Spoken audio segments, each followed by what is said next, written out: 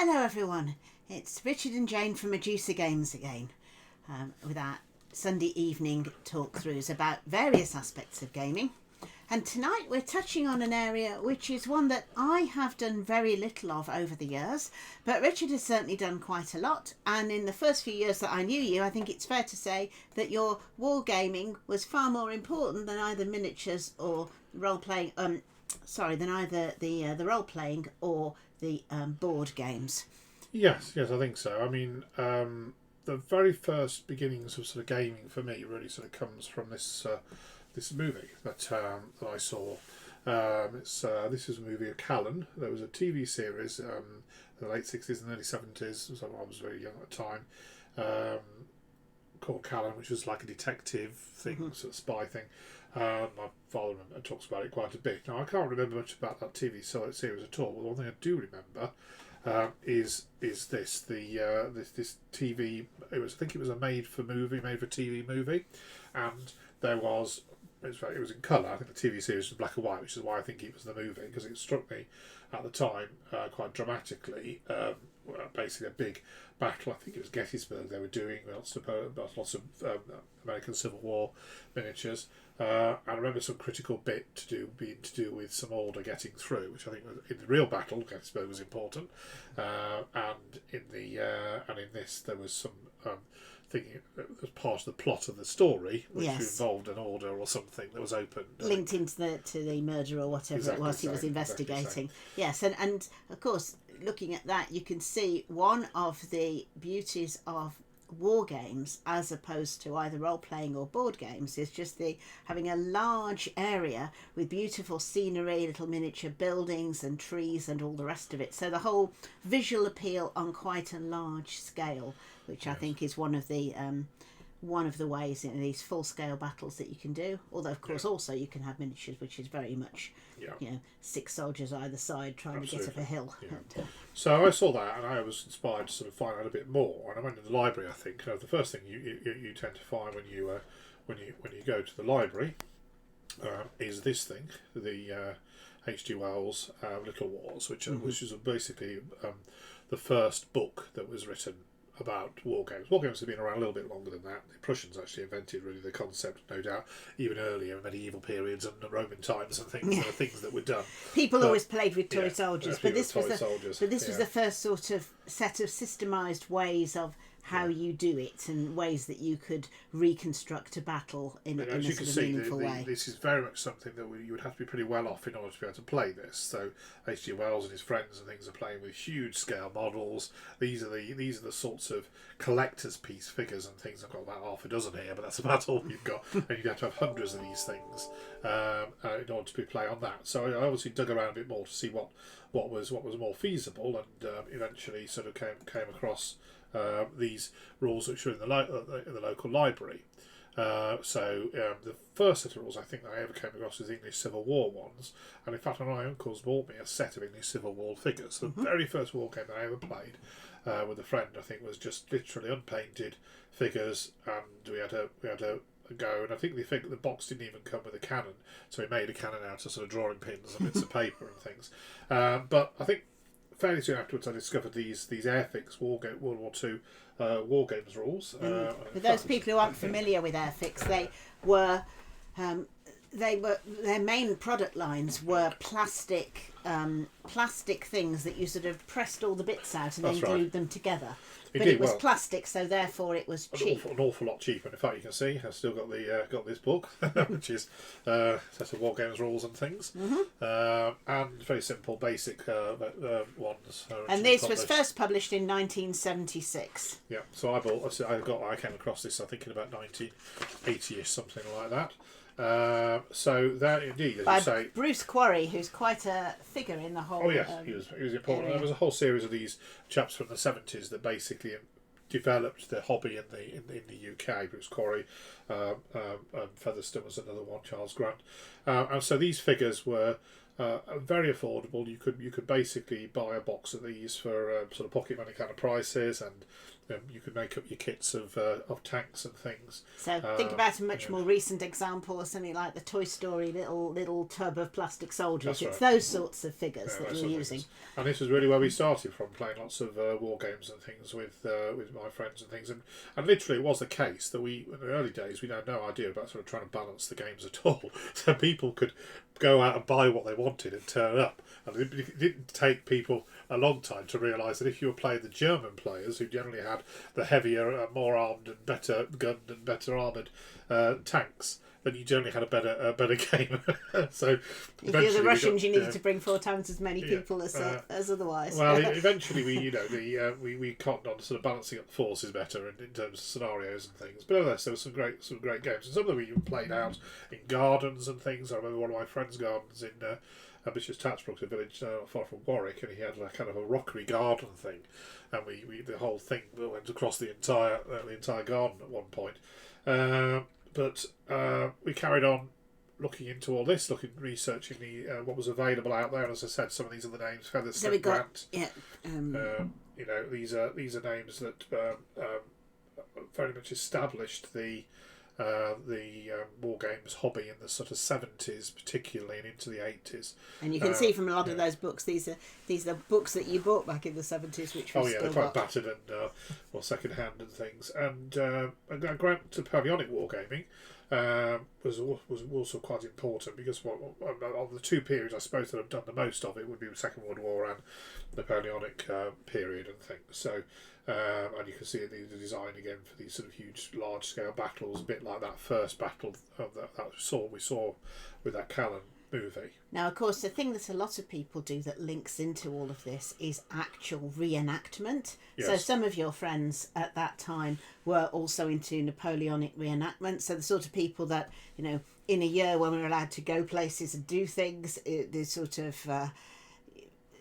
go to an English heritage site and there's people there that are reenacting the battle of whatever it might be with all of the equipment, and we do still have a few things. So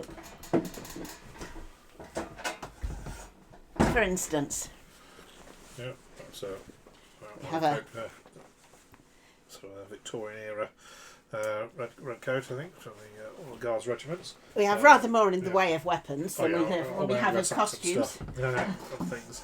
But anyway, yes. So no, I didn't really get into reenacting that much, though. Although I quite like to have the bits and bobs. I found that I wanted to do stuff, as in the purpose of it was I wanted to actually play the games and reenact the games in some fashion.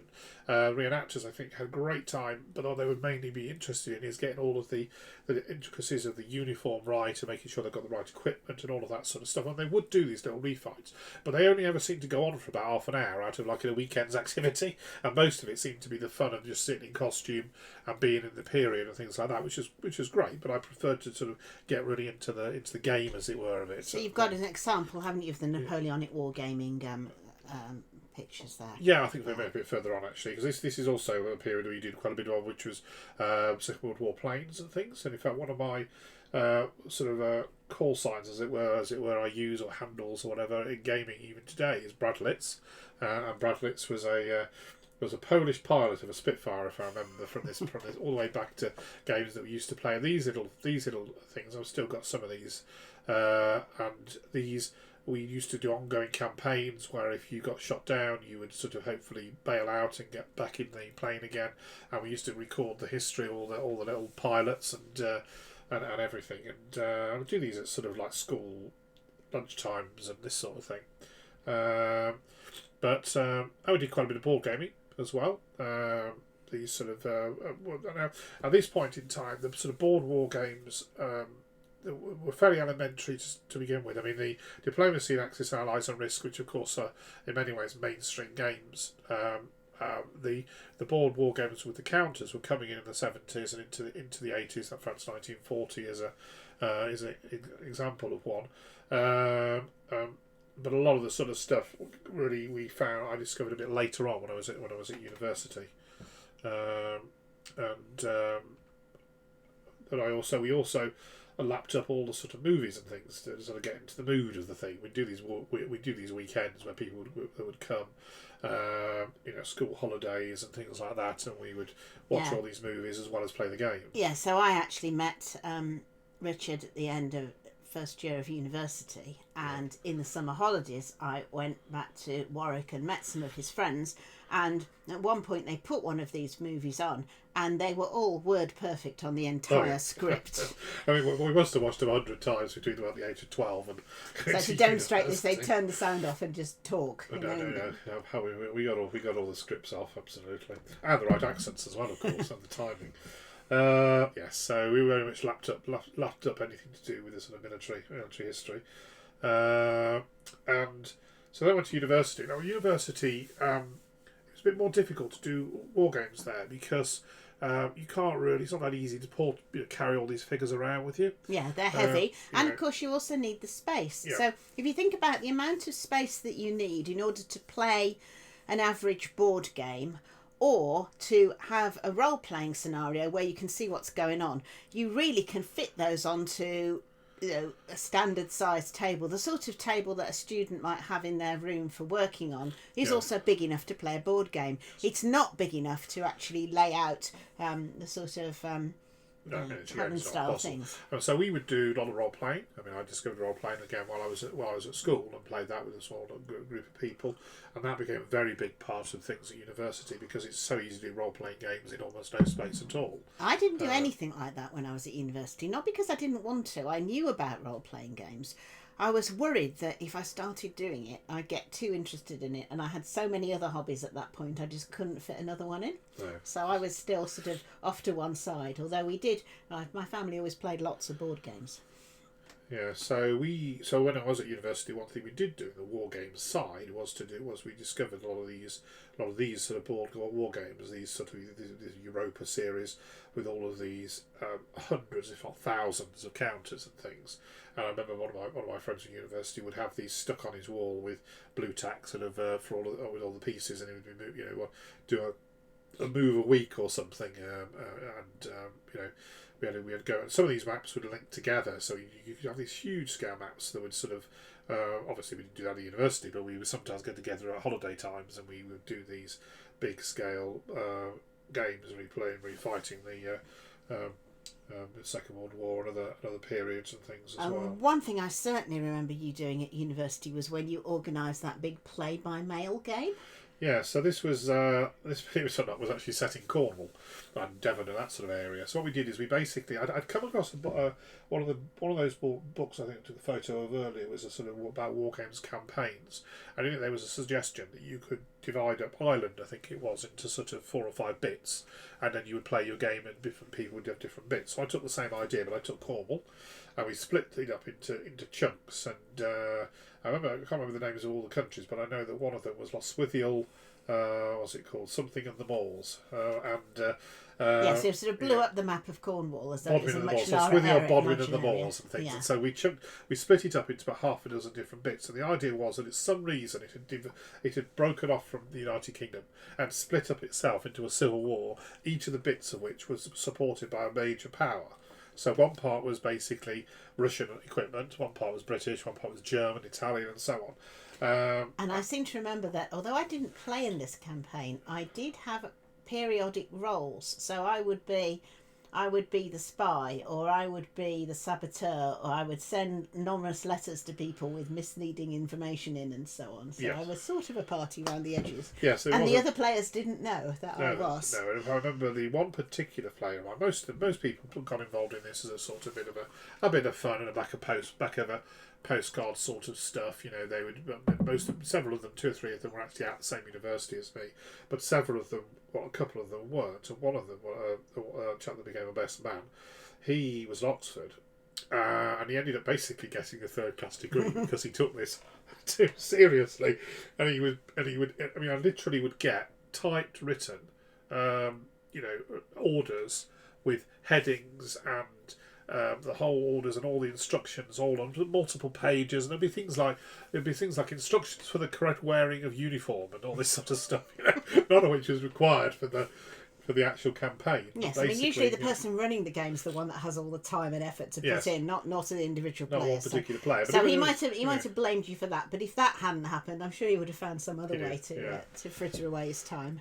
Didn't stop him going on and doing other things with his degree. And we used ordnance survey maps that were stuck on the wall, and I think there were micro tanks to sort of to represent the units and things when the battles finally happened. So that was a bit of entertainment in our third year. So that end year we came out of university, and after university I was able to eventually join a Wargames club in the area. It took a while, of course, because you did a medical degree and then you started work as a doctor, and back in those days junior doctors did really work ridiculous hours and also shifts that meant that you didn't have a regular evening free. So it was only once you'd stopped doing the hospital thing and you were actually in a more starting training as a GP and had a bit more control over timetables that you could really join. What we actually did, if I recall rightly, we took on a doctor at the practice that I joined who had agreed to do every Tuesday night as their on-call night, which meant, this was back in the days when we used to do our on-calls and things ourselves, and that meant that every Tuesday night I could guarantee would be a night that I wasn't going to work. So that was quite possible to go and join a regular club, and so this is obviously taken a long time ago, and only one of the people around that table is currently still at the same club as me. There's Pat there at the front, who also is involved with the expo. But we used to play all sorts of games, from role-playing games as well as war games. I think this was a Wild Western game over this sort of villa thing there going on. So anyway, so I joined the club. That then led to, what was interesting about that was prior to that, I had not been involved in, if you might call, the war game scene. I did things with friends. So I had my friends at school, I had my friends at university, and a bit of a mix of both. And we'd send off mail order for figures, and we would and buy them and things. But I didn't go to wargame shows, and I wasn't really in as a member of the club. No. Once I joined the club, that meant that I could have a regular game and things, but also it meant that I was much more aware of all the stuff that was out there. And it also meant then different types of figures and so on. So you started acquiring quite a lot of different sets and painting them up and so on, didn't you? So we started gradually collecting figures and collections, and one of the periods that was still very much popular at the time, and still very much popular with me today, is the Napoleonic era. And after a little while at the club of actually playing these games, we then got involved in, the first time, actually writing a set of rules, or being involved in a set of rules. Which was also I think that's the next slide on that one there. Right. So Napoleonic Principles of War. So there were already Principles of War rules in existence, weren't there? But this was taking that idea and using it specifically for Napoleonic purposes. So Tom Penn, who was the author of the series of rules called Principles of War, which were very much focused around the idea of the command and control of officers and things like that, and how much that controlled the units concerned. And so he did that and used his principles for sort of 19th century rules and other periods, but eventually he then set to looking at the Napoleonic era, and I got quite interested in it at the time, and so I sort of cooperated with him on the first edition of the rules, less so on the second edition, but the first edition, what I did a lot of was contributing to the army lists. So what is an army list? Because I know now when people have war games tournaments and so on at Expo or otherwhere, there's always information about army lists, and I never really quite understood what they were. Well, is it back to the idea that you can't turn up with six times as many as the other person? So it comes back to those problems of you've got to have a way of balancing things, particularly if it's a competition. But even when it's not a competition, if you're just playing a friendly game at a club, and you're both going to turn up with something which will make a reasonable game. Because if it's not reasonably balanced, it's no fun, is it? People aren't going to have fun. So this is a typical army list for like Anglo-Allied, 1815, a sort of all-to-do era army, and normally the army list will have a set piece of components, and sometimes options. So sometimes you get options where it might say you can have this as well if you want, or you could add this in or not, and so it gives you a sort of a set strength already predetermined with its relevant proportions of the guns and the cavalry and the infantry and the officers and how good the officers are and so on. So this was presumably based to a certain extent on the historical, the sort of researching the people who were around at the time, the equipment and so on, and coming up with this that way. So we did a lot of reading around, a lot of looking at sort of the army and the various battles and various places around the house have still got sort of army lists of books full of army lists and things. And I think that actually a lot of the way that Medusa games developed ultimately are the types of games you make. They go back to this because most of them have a historical sort of factual setting to them, and this idea of researching the things first and then getting something that's reasonably balanced and so on. All comes back to this, really. Yes, absolutely. Yeah. So once we'd started doing this, then from this, one thing we needed to do was to test the rules, but also to develop them more. And so what it meant was that we went away and we did a lot of games at shows. And so you need to go back a slide. That's why these are some of the Wargame shows that we started going to anyway. This is a lot of these I think were taken from Triples, which is doesn't exist anymore, but it ran for many years up in Sheffield at the university, and eventually moved out of the city into a sports stadium. So you've obviously got the traders at the back, and you've got demonstration games or whatever out at the front, and at Wargames events, then usually. Whereas a board game or role playing thing, you usually expect to turn up and play yourself. At war game things, there's usually two types. There'd be sort of fairly short games that you could join in, a skirmish that lasts an hour or so. Yeah. But then also people going for the whole weekend and playing out one of the Napoleonic battles full scale, and then people just come over and wander by. So often the idea is there's a difference between what's called a participation war game and a demo war game, which is in board games they're a slightly odd thing because it means something different. So for a war game, in a war game show, a demo game would be one you just watch. As opposed to participate. Participation game is one you take part in. Whereas we all talk about demos of games at Expo, that means you can sit down and play it, and obviously that's what we normally do. Okay, so we started doing this, and so we would really go to town on it, So we would draw these the maps and things, and somebody would go away and make conditional terrain if needed, like hills and things. Maybe we needed to get some special rivers, or even I remember there was a big something called the Grossgarten or something at Leipzig, or Dresden, which had formal gardens and things, and so people would build this.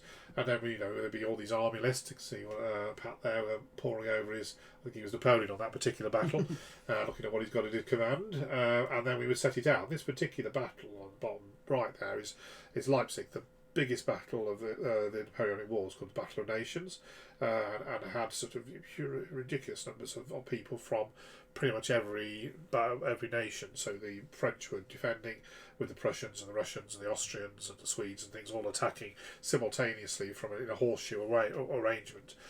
So big was the battlefield. When we scaled it down, we couldn't. If we put it all on the table, you wouldn't have been able to reach the centre. So hence the little cutout bit, which is basically conveniently the city. And so we laid it all out, and we'd get there, and it would take like 2 or 3 hours getting everything on the table. And then we would set to and spend sort of a couple of days, fighting the battle out. And so the idea is people come along, examine it, admire the setup, have a chat and so on, and just get an idea of what could be done on a large scale. So clearly not the sort of thing you could do in your hotel room or whatever, your university student accommodation. This requires much more. Yeah, that's right. Although we tried to do games which were where things were happening. So there were some really amazing looking games, sometimes which are really dioramas, where nothing much particularly happens, but it's about just showing you what's possible to make and look at. Ours was about the action and things, so the idea was people would go away and then come back an hour or two later, and the battle would have moved on significantly in that time period, and we'd be able to tell them about what happened in the last while since they were there. So eventually, once we developed the UK Games Expo, we made sure that they were, particularly in the early years, war games were part of that. Yes, I mean it was one of the problems that when we got going with the expo, at that point there were an awful lot of war game shows happening in the country, and they tended to be Sunday afternoon down at the sort of local sports hall, sort of cheap and cheerful. You didn't really have to pay very much to get in. The traders didn't have to pay very much to be there, but it was all very sort of basic. Yes. Whereas Expo from the beginning was at a slightly more luxurious level, as it were. And so we the problem was the cost, basically. So actually Wargames traders, for them to come to Expo when it was quite a small event, the amount of audience they get didn't really justify the cost compared to just attending a much more small, all these multiple small events, whereas for board games and role playing there weren't the same quantity. However, what we could do is A, have tournaments, and B, have these sort of demonstration or participation games, just to keep that element in the mix. And nowadays, of course, in a normal year with the numbers we now get at Expo, then the War Games traders are back there, so we don't have these participation things going in. No, because I mean the companies do themselves, as they do with all the other type of games. But it was important, I think, in those early days to provide that. So we were all talking today a bit about online and offline gaming. That was a bit of the history of things. So what can you do online? Now, of course, if you talk about war games online, you're probably thinking of things like Call of Duty, but of course that's a very those sorts of high-level computer games are fine, and you're running around feeling like you're actually the person in the action. But they've got very little to do with the mechanics of a war game. Now, this computer game we've got here was one from the 90s, one of the first computer games we had just after we got married back in 1990. But this worked much more like a war game. You've got the individual people, and you can actually click on them and move them around, can't you, when they walk? And this is a video actually of the game rather than the computer game. I'm not even sure if it run nowadays on my PC, but the idea is that you can select them, and they would move around, and here we go, off he goes, and redistribute your soldiers, so that gives something of a feel of things. That's clearly not the same game, but anyway, that gave you something of a feel of actually moving the figures around a little bit. And I did play that a little bit, and that was the first time I'd come across. And then there was also another program which I can't remember the name of now, which people could use in order to print off all of their battle plans and lists and so on. And it did a reasonable job, but it required vast amounts of paper and ink because it did everything on a very large scale. So that wasn't very practical. The idea was you could do your play-by-mail, print all the stuff off and post it, but it really wasn't very doable. Paperwork consumed. So what can you do online? Well, there's a couple of games. We've done a lot of talking about Board Game Arena and Tabletopia over these episodes, and both of those, I think, are very good ways of doing board games, depending on different ways of doing it. Of course, you've got your 3D sandbox style for Tabletopia, and you've got your digital conversion, really, I suppose you could call it, for Board Game Arena. Tabletopia allows individual publishers like ourselves to do our own conversions. We don't have to program the thing, you just have to import all of the bits and pieces. So all four of our games are on there, and people can try them, and the rules are there, and so on. I mean, in previous episodes, which you can see if you go back on the YouTube, you can see us all playing these games out and things. Now, a lot of war gamers probably have done rather less gaming during lockdown than role players and board gamers, just because board games and role playing it sort of seems to be more that way. But actually, I think most of the early programs were actually designed for the war games rather than for board games. Yes, they were. I mean, so this is Vassal. So Vassal is an open source, free to play. You can donate to it, but basically, otherwise, it's free. Just download it and install it, and it is designed to do both board war games of the sort like that Europa thing we were talking about, but also allows something like miniatures to be played. So, for example, if this is the program when you download it, install it, you can then have your modules all set up, and you double click to launch them. And here's one that I did earlier, as they say.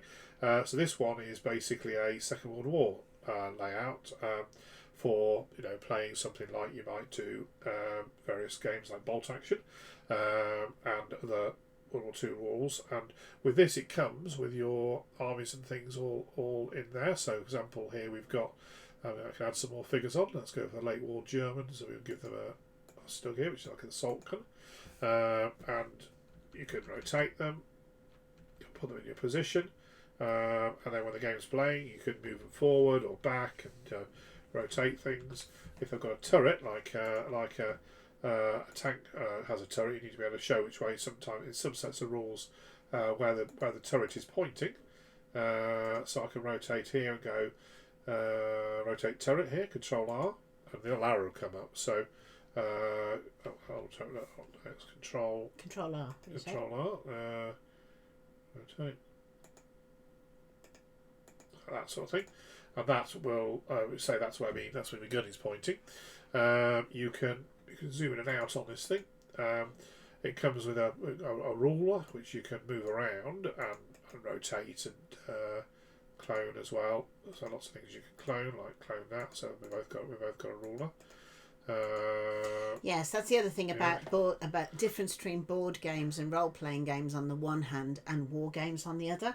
With a role playing game, you might often play on some sort of hex and people are moving around, but you don't normally actually have everyone getting out their rulers and measuring things. No. Whereas in a war game, the actual careful distance and measurement is very important. It is. I remember in the early days of the expo when we used to do pretty much everything, and one of my many jobs in setting up was to lay out all of the tables for the war games competitions and then measure off and mark up each person's area, and you had to get it exactly 4 foot or whatever it was, because if you gave somebody an extra inch, you were actually adding to their sort of side of the thing, and that was a big disaster. So this, as you can see, we can move things. We can measure it there. The line telling us how far. We've also got our infantry over here, so we've got everything built into this particular module, artillery and all sorts of things. So the program actually has all those things already in there, does it?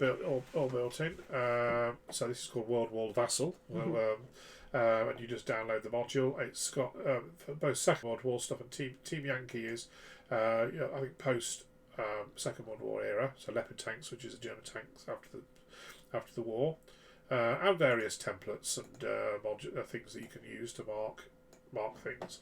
They're all in there, and terrain as well. So if you want more terrain, you can look at hills or man-made bits, rubble. Can be dragged in, and that's that one.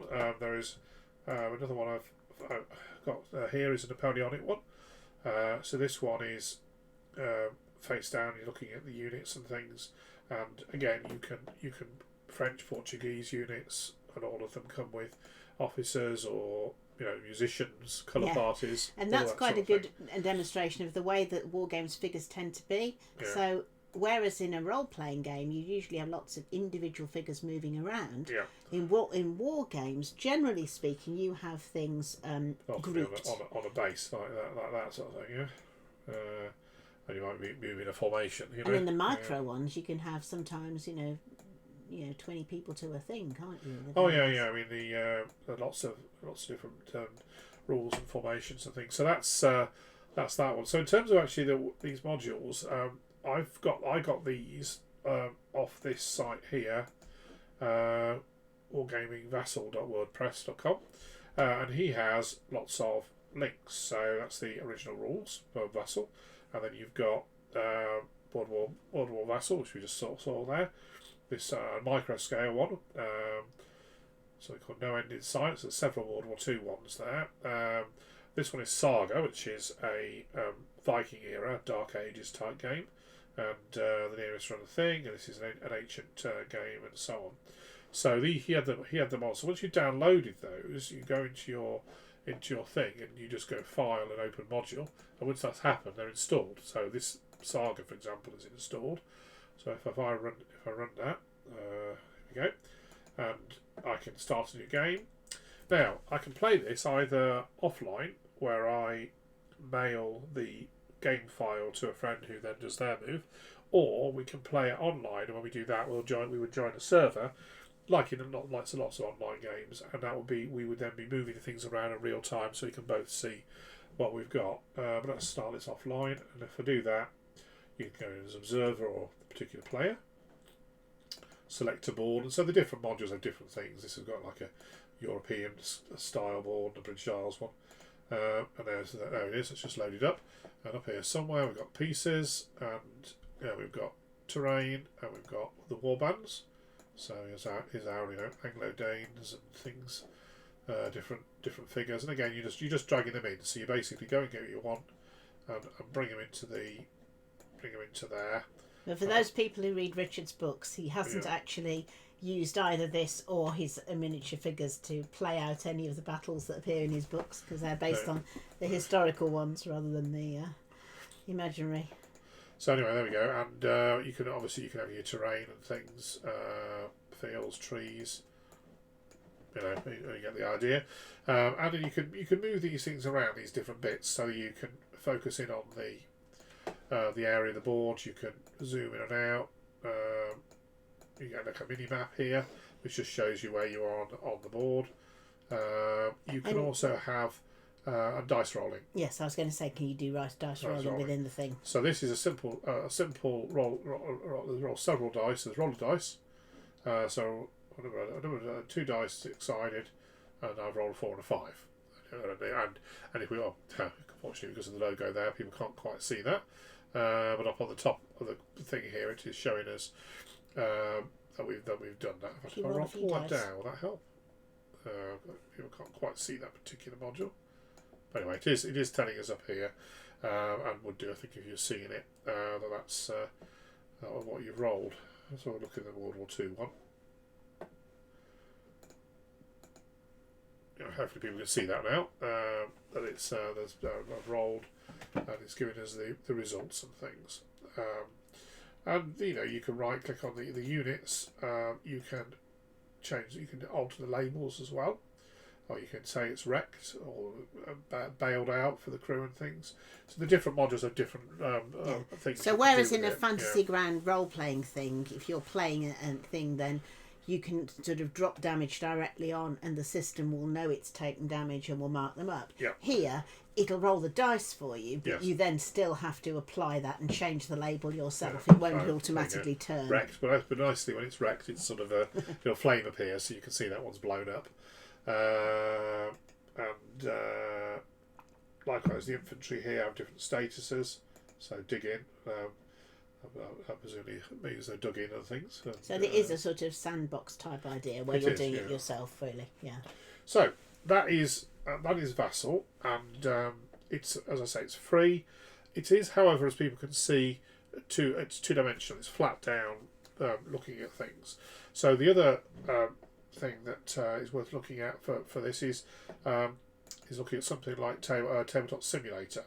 Now, Tabletop Simulator, in many ways, is the same thing as Tabletopia when it comes to board games and Board Game Arena. Of course, it was around earlier, Tabletop Simulator was, and in some ways it looks a little older as a product. I think Tabletopia is sort of slicker appearance, but a lot of people swear by Tabletopia. It's got a huge fan base. Tabletop Simulator. It's got a huge fan base. You do have to buy Tabletop Simulator, whereas Tabletopia is free.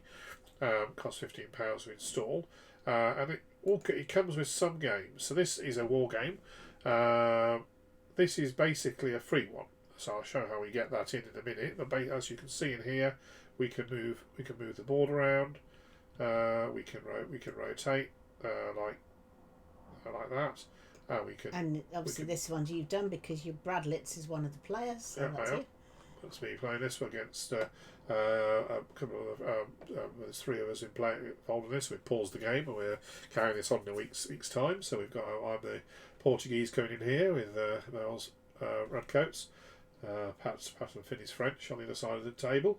There's this abandoned ammunition convoy which both sides want to grab. So we're basically coming forward, and although me and Pat haven't particularly got engaged yet.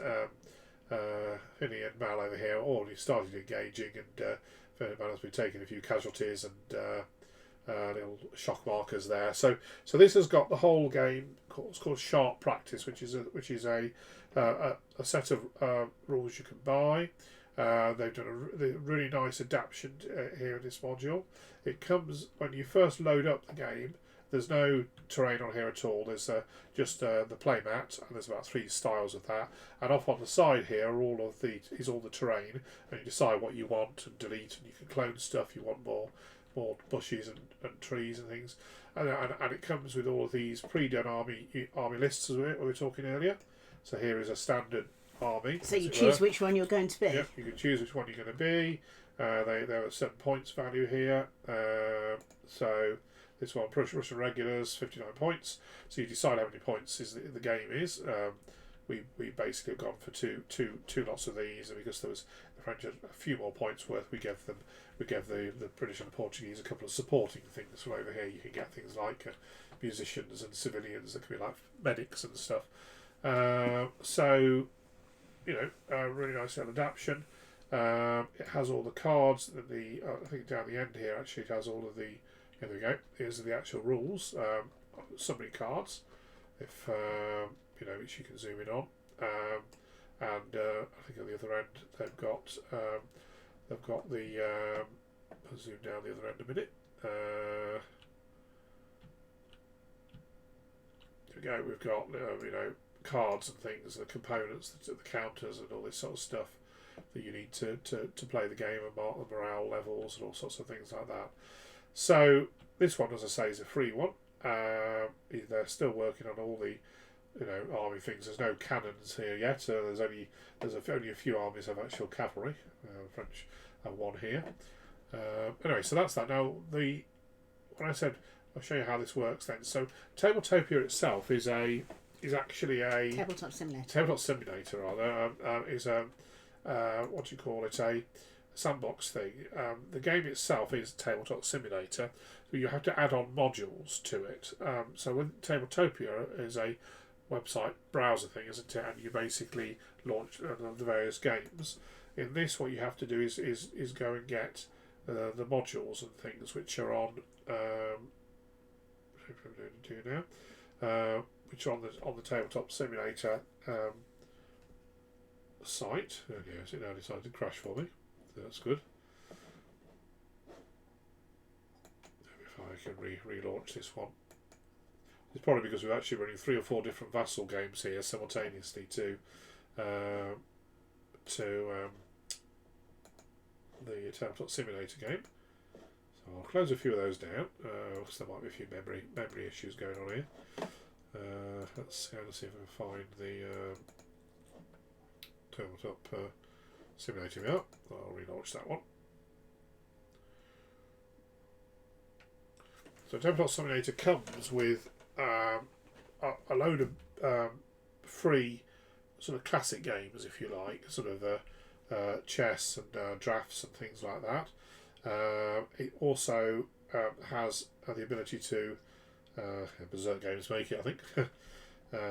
It also has the ability for you to go and get modules and to write modules. So in this case, I can join a game if there was a game with someone was already running, or I can create a single player game here. And as I said, it comes with classic games, so chess and solitaire and Go and stuff like that. You can go to the download center. Now these ones quite often you have to buy. So if you go in, there will be it'll take you to the Steam site, and there's your £5 charge to basically buy that as a game. But also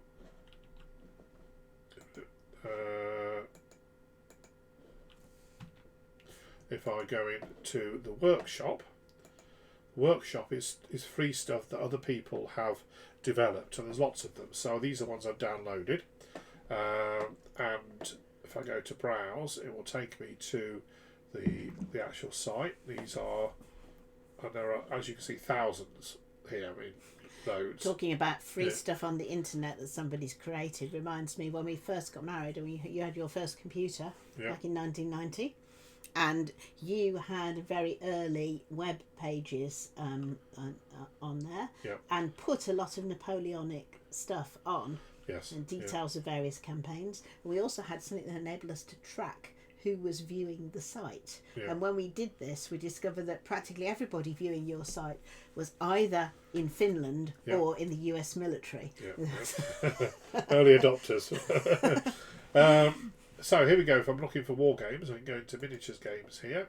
And these are all the miniatures games, which are 1,000 or so, what they call mods. So all these are mods, which are which you then download when you want them. So if you're interested in that American army bolt action armies from the bolt action game, what I'm going to do is subscribe, and then if I go back into my workshop, then hopefully they'll be there. I might have to open it up first. Although there it is, Armies of the United States. Now, what happens with this is that some of the things are all built in, so everything you need for the game is built in. So with that Sharp Practice Napoleonic war game there, it had everything. Yeah, the rules, it had the figures, it had everything. But other of these modules are literally just the table. So here, if I open this up, I'm going to load this thing, which is takes a few moments to load here. Give it a second or two. So somebody's worked out all the terrain and put that on in great detail, but it's literally just the terrain, and then you can bring in your own armies or whatever. That's the idea, yes. So this, as you can see, it sometimes takes a few moments to load, and sometimes with these mods, you do find you get the odd error code because some file is missing or something, and occasionally that makes it that it's not. Presumably it's not more possible. likely with the free ones than the ones you're paying for. Okay, so there we are. We're in the game here. This is a kind of Viking village. And what but I've got no figures here. This is just a thing I could play. I could now bring in figures for Dungeons and Dragons, or I could use a Viking thing. So what I want to do here is I'm going to go back to my games. I'm going to go to my workshop, and I'm going to expand this Viking one here rather than open it, because if it opens it, it's going to open it up with all the figures just in whatever game that is. Well, just all the figures. But if I expand this a moment. What it's going to do is open up the figures and show me what's available in this particular module. You've got some Huskars there. Yeah, I've got some various things. So I can decide I'm going to bring this guy in, and I just drag him in. And there he is. He's over there. We're going to have a look at him in a minute. So I'm going to zoom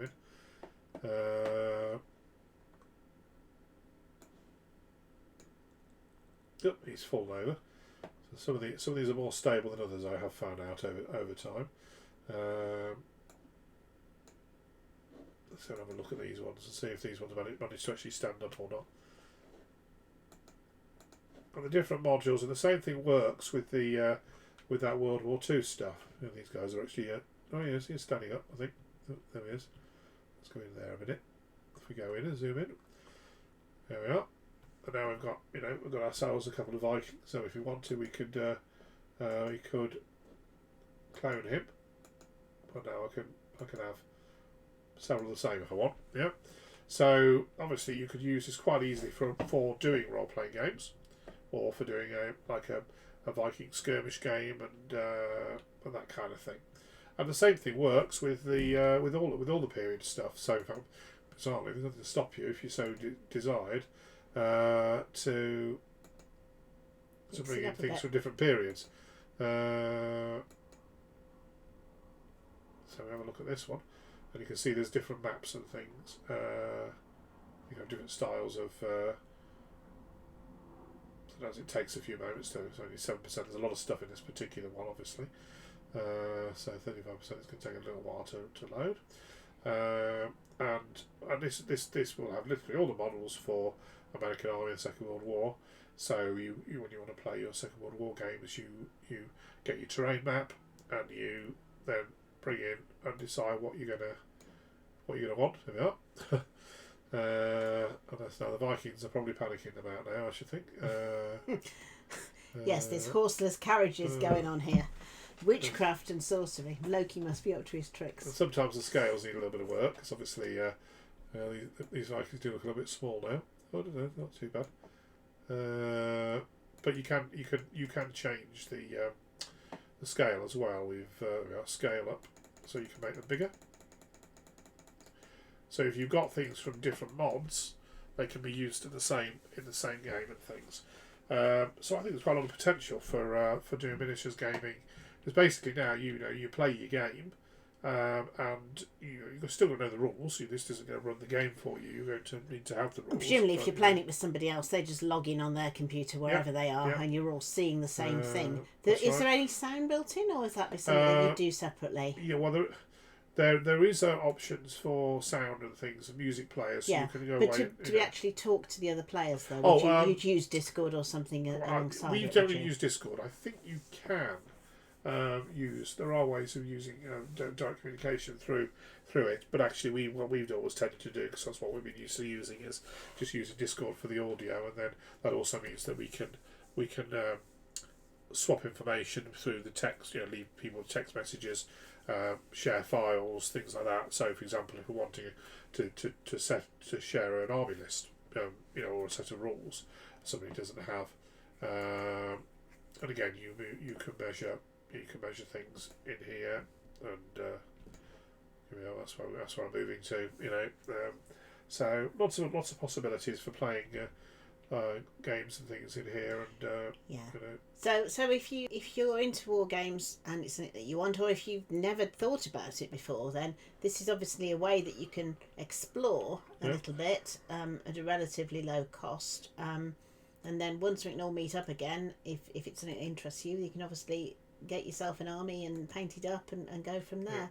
I think a lot of the people who are very much into war games sort of face to face, as it were, over a table, have spent a lot of the last few months painting up all those figures that they have, because it's a sort of standing joke that wargamers go out and buy loads of figures and then they never get around to painting them. So a lot of people have been doing a lot of that lately. Yes, and all reading. I've been doing quite a lot of reading and things. So got me all various sets of wargame rules here that I've been looking at. The Bolt Action we've just been talking about, and various things like Black Powder, Napoleonics and things. So I can sort of hopefully the idea is once we get finally back to the position where we can actually do some tabletop gaming, then there'll be hopefully an opportunity for getting these games on the table. Right, so I think that was all we were going to cover today on war games and miniature. So hopefully that's something that some of you will be very familiar with, and other people it might be something that you might want to take a look at if you want a little bit of something different. Next week we'll be having another one of these Sunday evening sessions, the last one of 2020, and we're going to be having a bit of a think about what's happened in 2020 compared to what might normally have happened in the context of what we would have been doing in the way of gaming. So I want to look ahead to next year and hopefully what we will be doing, we hope, next year. Right, so hope you all have a good week and see you next week. Goodbye.